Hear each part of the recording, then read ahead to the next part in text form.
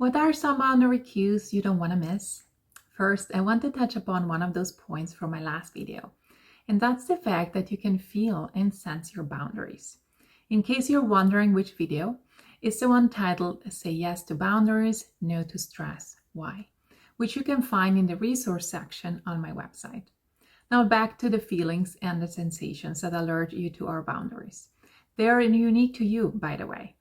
Maybe, for example, you notice a boundary has been crossed when a tight sensation arises in your shoulders. Maybe when you're hit with a general sense of uneasiness or feel frustrated or bad about yourself, or maybe your stomach hurts. Whatever your personal cue, it's probably something that you have experienced before. The next step is to look at those responses and understand what caused them. Did you say yes to something you didn't want to do? Or have you said yes to endless scrolling through social media versus using the time to care for yourself? Or did someone overstep in a way that you usually find unacceptable? Now take some time to backtrack and reflect. When you understand exactly what bothered you, you'll get to know yourself and your personal limits much more fully. Now, of course, there are plenty of other steps you can take to figure out what your boundaries are.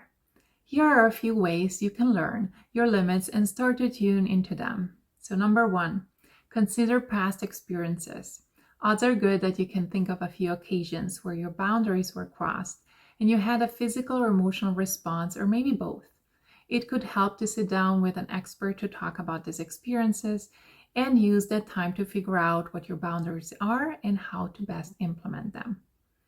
And then number 2, pause, pause, pause. Yes, I said it 3 times. Most people don't take a moment to notice all the powerful cues they receive. You will notice the thoughts and the feelings that arise around your personal boundaries more easily this way. Taking some time in a difficult moment to listen to yourself, both your intuition and your body, will give you the space to understand more thoroughly what has happened and what you don't like about it. This way you can respond to it rather than react. And finally, number 3, learn about others' experiences. You might hear someone else's story about setting a healthy boundary or witness someone setting one and realize you didn't even know you could do the same thing. And that can inspire you to do the same.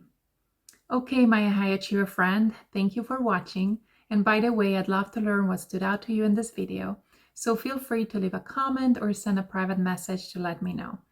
And take a look at my website, PamelaViascaLosada.com, to learn more about who I am, what I do, how I can help, and why it's important.